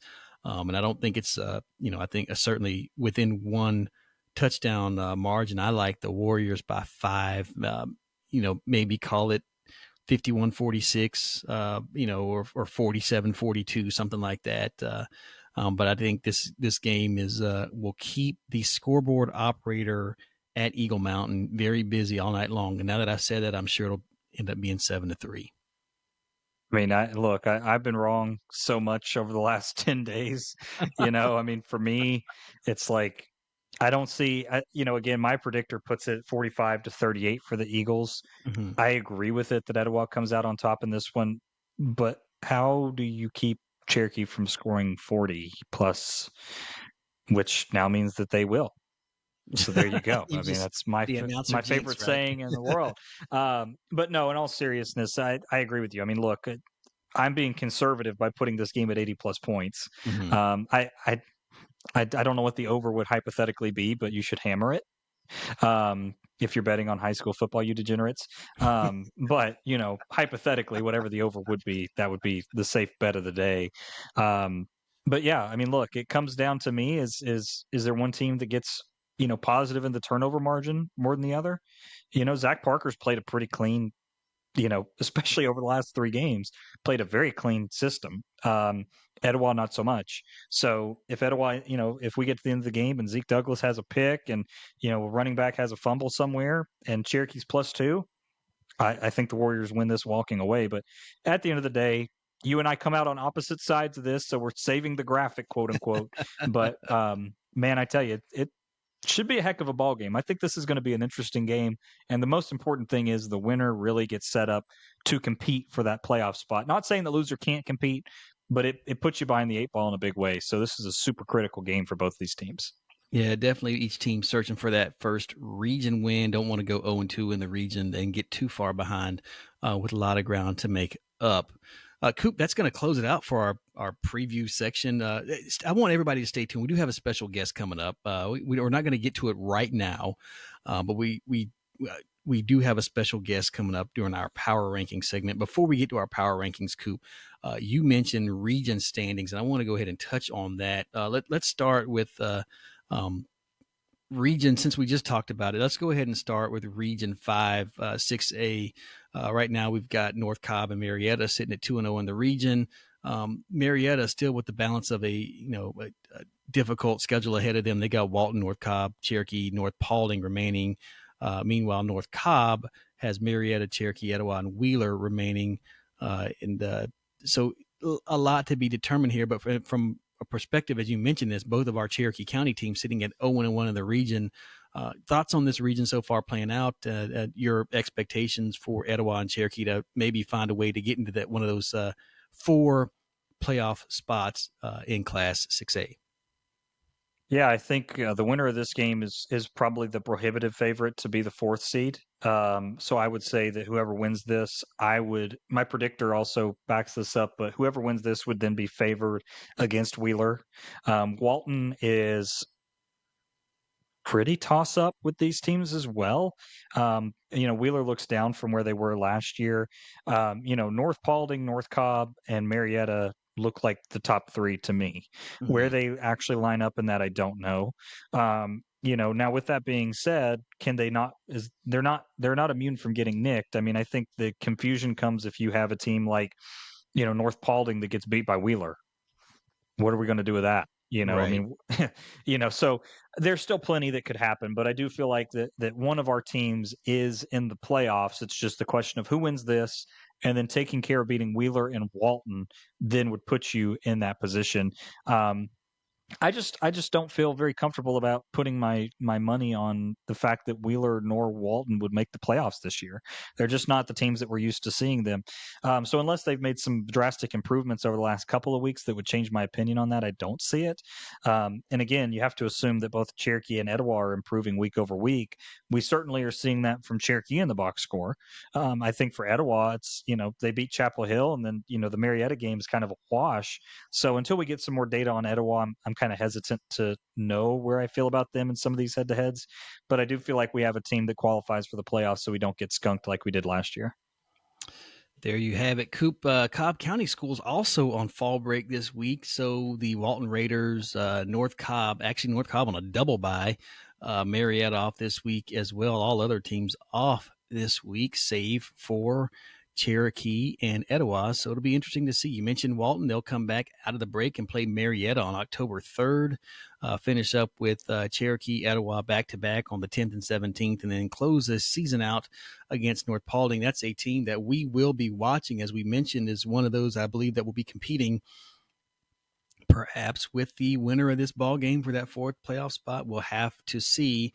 So much more to be determined. But as you mentioned, a team that's down, but a team that's dangerous, experienced head coach, and Coach Daniel Bruner over there. They've got River Ridge's old offensive coordinator. This is the second time I feel like this has happened to River Ridge, where they've lost a coordinator to Walton. So, and they've got a young quarterback. By the time they roll into the Etowah and Cherokee games, he'll be seasoned and experienced. So this won't be the same team we saw at the beginning of the year, but certainly an interesting developments happening in Region 5, 6A. Coop, they match up with Region 2 in the playoffs, just kind of as an FYI. So I know we're not prepared to really look at a deep dive into playoffs, into playoff matchups, but just kind of something to keep your eye on the matchups here in the GHSA football playoffs.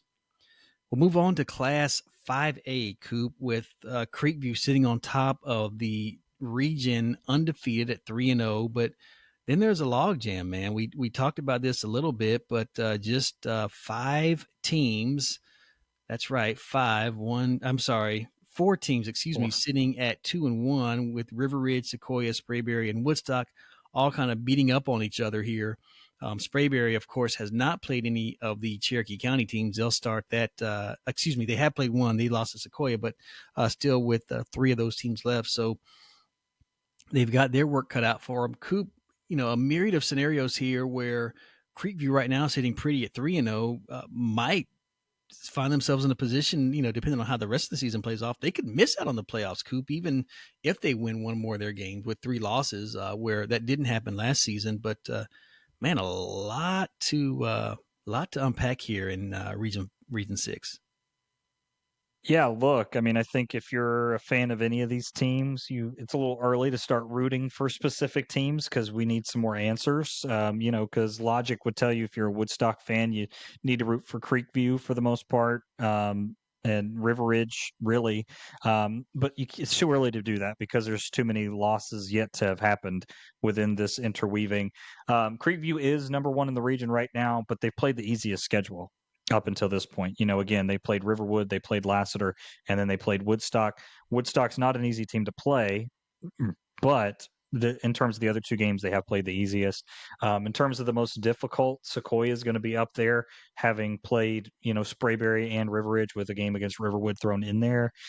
That's a tough schedule. They gotten through that. It's a little bit lighter for them in the back half because they're still going to pick up Pope and Lassiter, and those are teams that just don't look as competitive as Cherokee County does, and Sprayberry lumped in with that.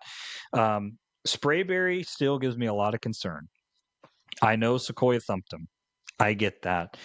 But when you stop and you think about the matchups that they would pose against River Ridge, against Creekview, against Woodstock, I don't feel like we have a solid winner in those yet.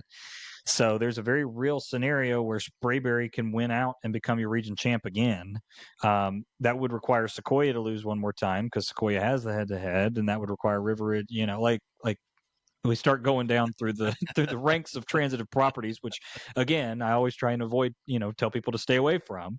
But at the end of the day, look, the message is simple for everybody at 2-1: win out. It doesn't matter. It's pretty irrelevant.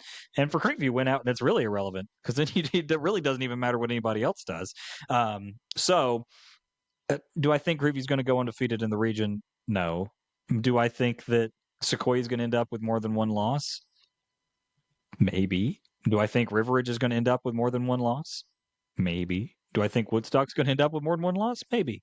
Right? It's like we don't know. It's a logjam, and it's too early to talk about tiebreakers or seeding or any of this stuff. Just because the reality is everybody that's 2-1 is going to be ironed out because Sprayberry is going to play two of the other 2-1 teams. Sequoyah is going to play two of the other 2-1 teams, or only one of the 2-1 teams actually, because they beat Sprayberry and then lost to River Ridge, but they'll get a shot at Creekview. So, I kind of get the feeling that we'll be sitting here in a couple of weeks and we'll have 5 teams that are 4-1, or 5 teams that are 3-2. Or something crazy, then once we get to October, we can start talking about some of these tiebreakers when they become relevant. But for right now, if you're a fan of any of these teams, just win, and it takes care of itself for now. Yeah. Very succinct comment right there, Coop. Just win, baby. Just win. Just like Al Davis said.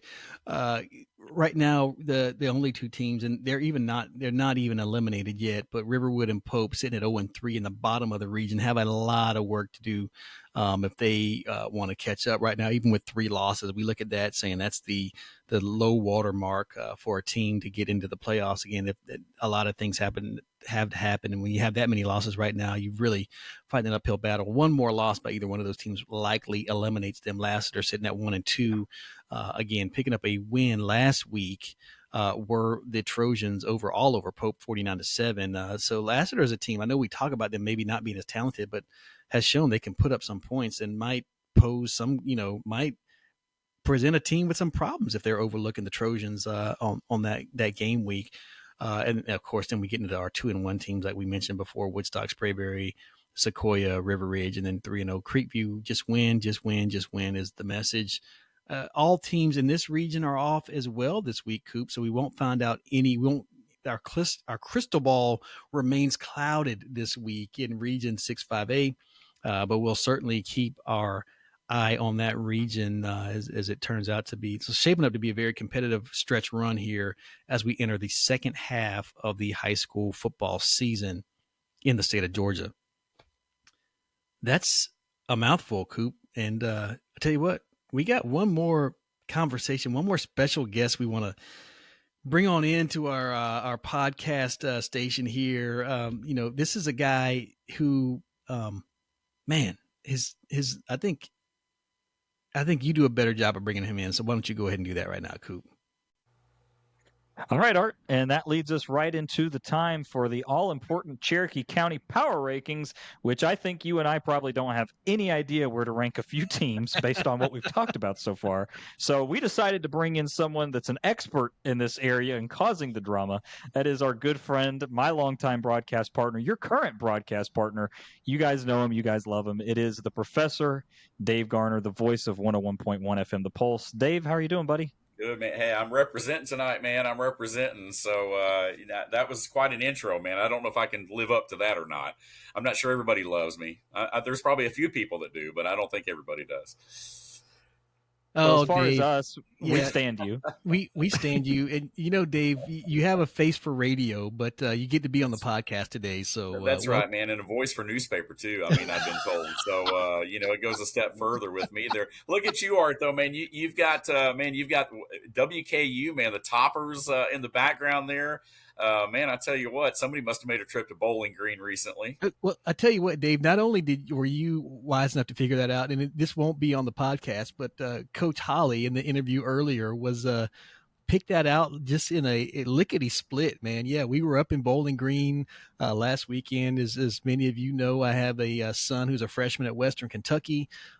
It's a legacy university for my in-laws, and yeah, we spent some time up on the hill this weekend and had a great time at Bowling Green. But that's not, and they beat Nevada in the parent weekend, so 31-21 was the final.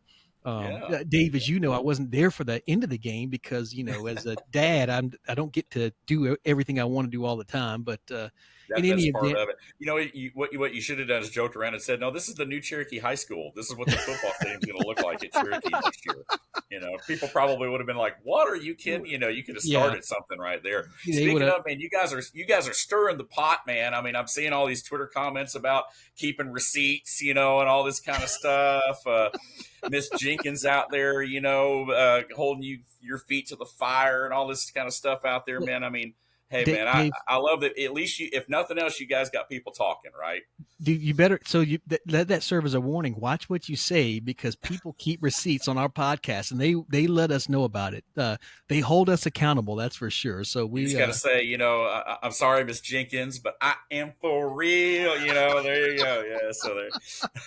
DJ Shark making an appearance here. DJ Shark off the rails, man. It's getting off the rails. Oh my goodness, we should have known tonight, man. I'm hyped up. We should have known it was going to get off the rails when the three of us got together. It's been a long time coming since we've all three kind of been on the air, man. But Dave, back to the lesson at hand here that you're going to give us at the power rankings. And so let me tell you how we typically work this. We typically work from bottom to top. We kind of snake format, but we'll get through 6, 5, 4, 3, 2, 1. Since you're the guest, we're going to let you go first here, and at your number 16, and then me and Coop will chime in, and we might opine on your selection, right. Give you the a little feedback. But we'll let you go first, sir. You're up, number 6. I seriously doubt I have it a lot different than you guys, and I know y'all don't line up everywhere, and I may not either, but. As much as it pains me speaking of Cherokee, right now I've got the Warriors at number 6, just based on, so far. But again, still a long way to go. We always talk about this, how there's not a like last year, for example, the gap between 1 and 6 wasn't really that great, in the grand scheme of things. We're seeing right now already everybody's beating up on each other. But for right now, I got Cherokee at number 6. Yeah, same here, Dave. It's their defense gives me pause. That's really what we've talked about really the last 3-4 weeks. It's just the offense is electric and it's very productive. And talking to Coach Holley earlier, he kind of mentioned that. So the defense has to step up. They can make a lot of headway in my rankings with the win this week against Etowah, but for right now they got to stay at 6. Yeah, I'm right along with you guys. I think one of the most explosive offenses we've seen, but also the defense does give you pause. And as soon as they turn those, some of these games into wins, and they'll be climbing up the ladder here for me. Number 5, Coop, you want to start this one out? Yeah, I'll go number 5. I've got the Etowah Eagles sitting at number 5. Dropping a spot. Technically, reason for me is that they played Marietta. That score was not very indicative of what I thought Etowah had done up until this point. So was it a flash in the pan or was it a sign of things to come? We'll get a better idea of that as the season progresses. But for right now, I got to stick them at number 5 and dropping a spot for me. Dave, go ahead. I wouldn't disagree with that at this point. I think that Etowah right now would probably fall 5th for me as well. Like I said, a long way still to go, but I've got to put Etowah at number 5. And Coop, believe it or not, in my power rankings, I found them what I sent to you in the wee hours of Saturday morning here. Etowah tumbles 1, 2, 3, 4 spots for me from number 2 to number 5 this week. So I may have been onto something the entire rest of the year that you've been arguing with me and trying to stick them at 2? Well, it's just a matter of how they've played lately. That's what my power rankings are. Okay. You're looking at a whole body of work, and I'm looking at this week. Maybe. Fair enough. Today, that's how I'm looking at it. I'm going to hold you to that. Today, that's how I'm looking at it. All right. Holding you to that. I'll go with number 4. I've got the Woodstock Wolverines. Tough loss on Friday. Tough way to lose one. Coop, we'll talk about it. We talked about it. Excuse me. Just on that last drive, penalty laden drive to fall to Creekview, but I've got Woodstock sitting at number 4 this week. Yeah, I'd have to go based on the head-to-head, probably say the same thing. I know that obviously, with that region being the way it is, I mean, everybody's just beating everybody, like I said a minute ago, and a lot of close games. But guys, you know how the way I roll, man. I like a lot of those head-to-head matchups. I think they count for something. So I will put Woodstock there as well. So here begins the problem with the transitive property that I have mentioned pretty much every week. And that is, if you used what has been the transitive property, which is what Art has used for the entire season, this is your flaw in logic, because here you sit where your top 4 now have all lost to each other except for Creekview is the outlier. So with that being said, I'm going to agree with you guys. Woodstock goes at 4. I gave them a pass for losing to Etowah because of the emotion involved. They did not play a very disciplined game. I didn't feel like it was their best version of themselves. And their wins right now, their best wins against River Ridge, which is kind of a head scratcher, and also beating North Springs and Woodland Cartersville. I just don't know. I don't really know where Woodstock falls in because they haven't beat the top level teams outside of River Ridge. So until I see more, I think they're at number 4, but you could convince me they should be number 1 if something crazy happens the rest of the week. So, Dave, and I know you haven't joined us a whole lot this season, but Coop constantly pulling a page out of the Larry Prather playbook, bringing emotion into that first ball game. They just got beat. They got beat by Etowah. Emotion has nothing to do with it. They got beat in the story. Hey, there's 4 phases of football. 4, right? Isn't that right, Coop? Offense, defense, special teams, and emotion. All right, according to Larry Prather. So, yeah. Look, I'm not going to be one to buck up against Coach Prather. So we'll leave it at that. Dave, back to you for number 3. Yeah, I've got to go with Creekview. I think the Grizzlies have climbed the charts. I know early in the season when we talked, they were dead at the bottom and out of it, but they finally found some offense. They're starting to pick things up a little bit. They've gotten a few dubs, and so now all of a sudden they've made it a tight race in the region, and so they come in at 3 this week for me. I second that motion, Dave. Creekview at 3, a team that I've had a chance to see play twice. We saw them. They didn't sniff the end zone for the first couple of weeks. They finally got in there week 3. And like you said, they have found something that works and pulled off a big win over Woodstock last week. I like them at number 3 this week. Coop, who you got? Put the River Ridge Knights at 3. Man, that's crazy. Well, here we go. They lost to Woodstock. They lost to Woodstock. You guys are putting a team in Creekview that hasn't played in county over a team that lost to Woodstock, and Woodstock just lost to Creekview.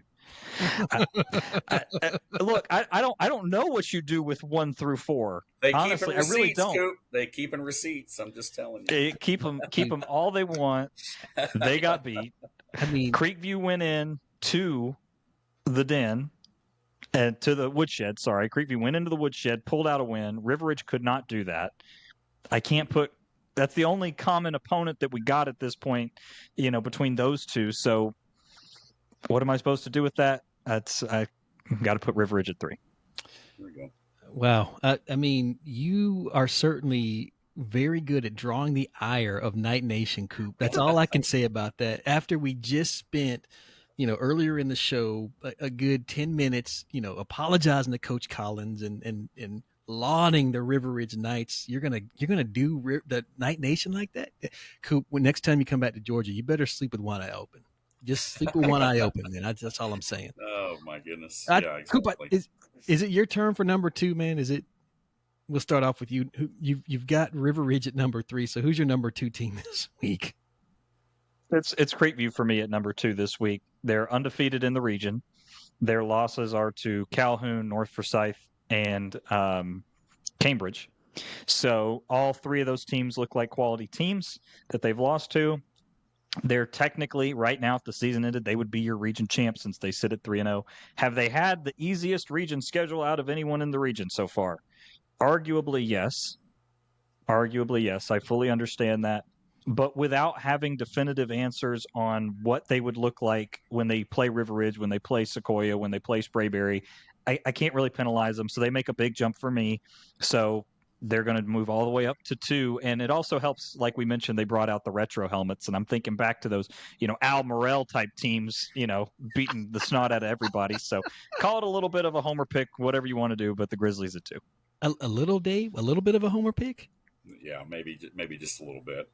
But I see the logic. I do see the logic, at least in the picks. It's he's not completely off the rails yet. So we'll see. I might be off the rails, Dave, because I had a complete shakeup in my number 2 team are the Sequoyah Chiefs. Got beat. Their reign is over. The 15-game streak comes to an end.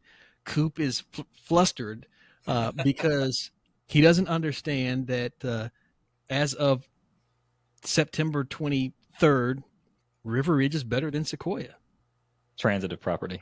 Okay, well, you just use the transitive property for River Ridge losing to Woodstock. No, it's not. Hold on, that's not a transitive property. There's a huge difference here. Okay, because here's philosophizer. Philosophizer. Here's the problem. Here's the problem you run into. You're comparing week over week. Is basically what you're saying is that you have a short memory, you forget everything, and then next week you remember the next thing. Right? Like what happened this past Friday is king. There is definitely a recency bias in my top 6. There's always going to be a recency bias. Yes. Okay. So here's the thing. What I'm saying is that not having enough information is different from this happened, so then therefore this must be. It's a logical fallacy. Here you go. Here's a little Latin lesson for you. Post hoc ergo propter hoc. Because of this, therefore this is. This is the problem with it, is that you're going to put River Ridge by process of elimination, not to steal your thunder, you're going to put them at 1. They lost to Woodstock. So arguably, based on the ratings today, Woodstock beat your number 1 team, which means Woodstock should be number 2 at least, but they're not because they lost to Creekview, who you had at 4, who should be over Woodstock. And that's the problem, is that you never find an order to put them in. The transitive property doesn't work. You have to view it in a vacuum and say that result matters, but it doesn't just automatically mean that a team that we feel like is better is no longer better. That's what I mean. So there's a huge difference between not enough information and because of this, therefore this is. I would argue I have plenty of information now, 6 weeks into the season, that River Ridge won most recently.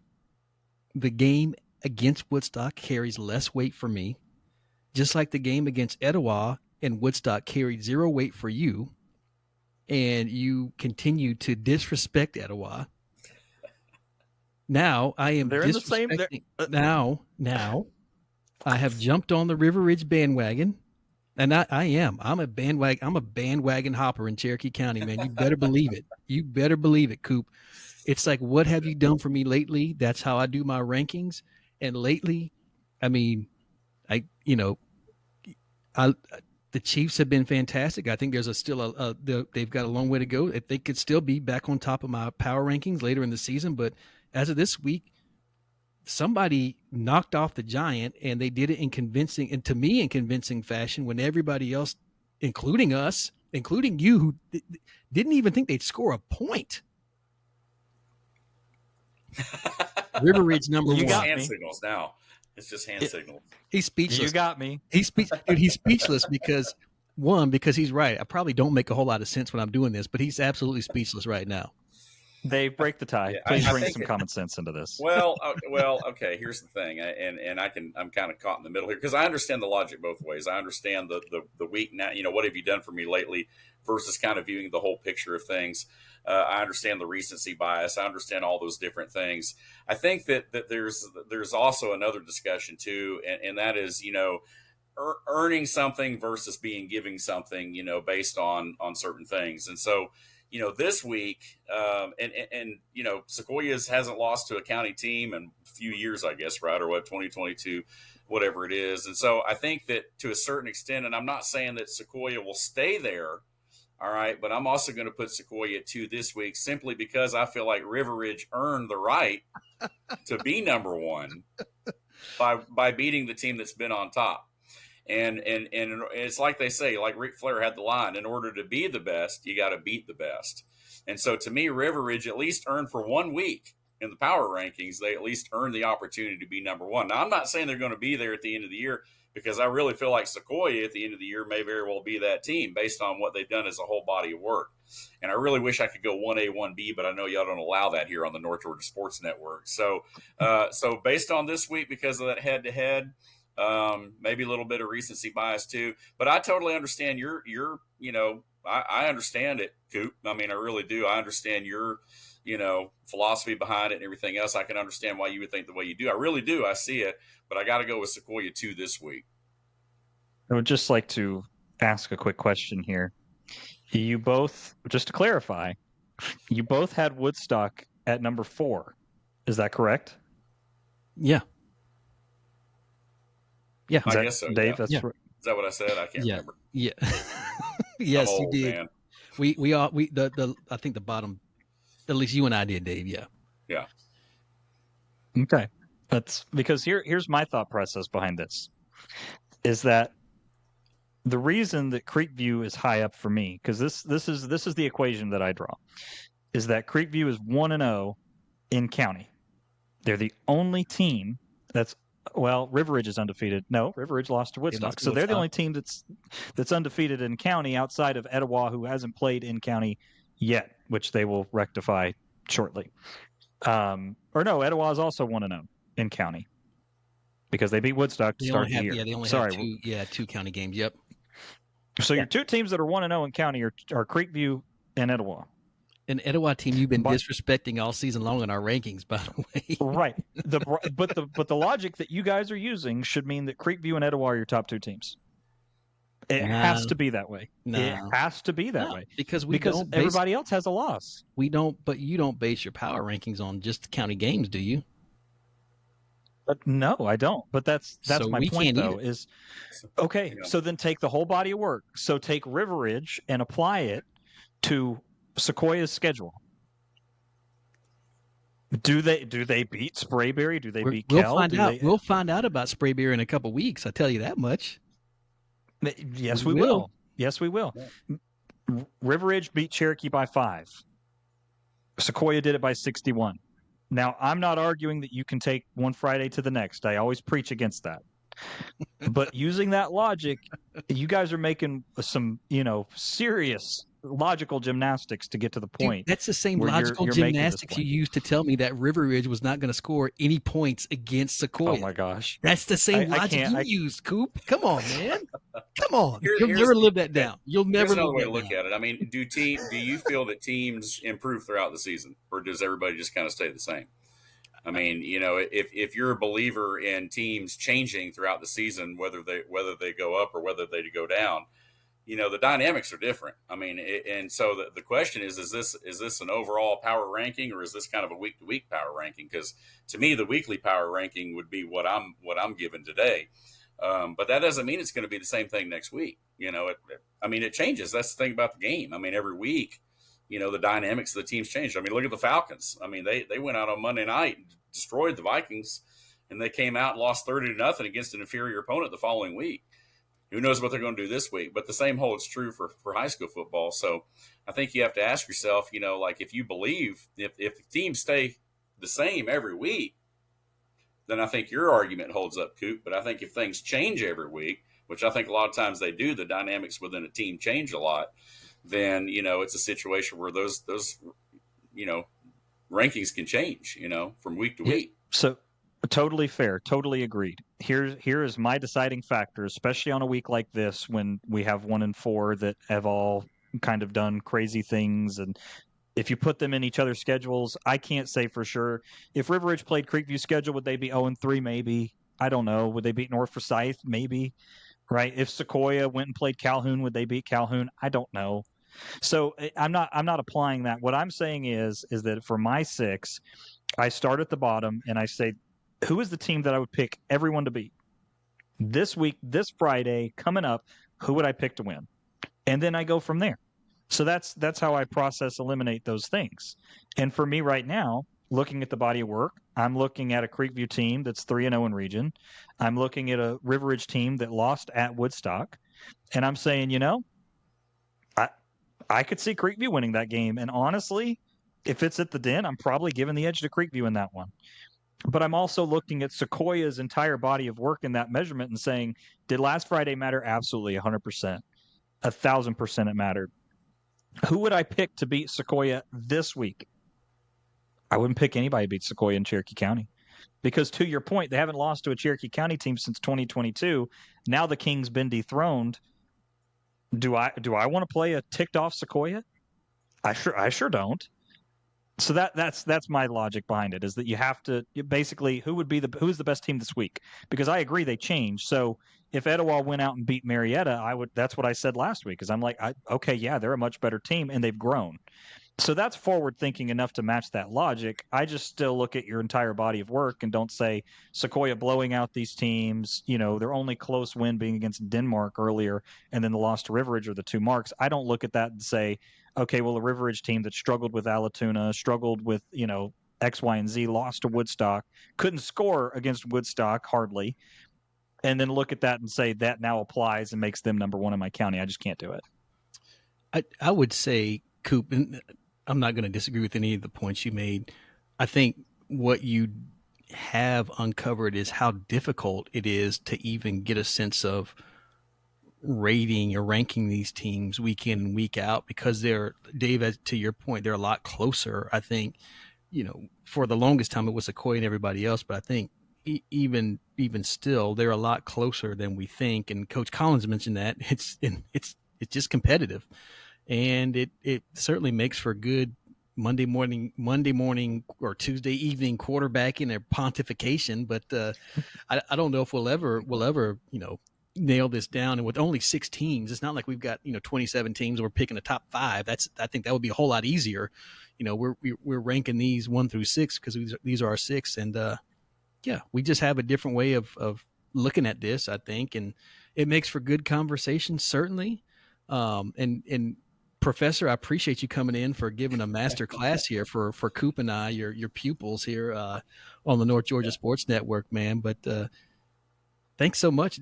Dave, before we let you go, because I know you've got some things you got to run, tell us what's going on at the Pulse this Friday night, man. Man, we're looking forward to another big Friday night. Of course, we've got a couple of big ball games. We've got over on our sister station a pair of unbeatens and Pickens and North Hall going at it over on WPGY, so it's going to be a lot of fun. Of course, you and I had the opportunity, you were out of town, but I had the opportunity, I guess, to be on there last week, but you were listening, and we saw Pickens, of course, beat Dawson County. But over on the Pulse, on the big station this week, we've got Gordon Central, who's off to one of their best starts in school history.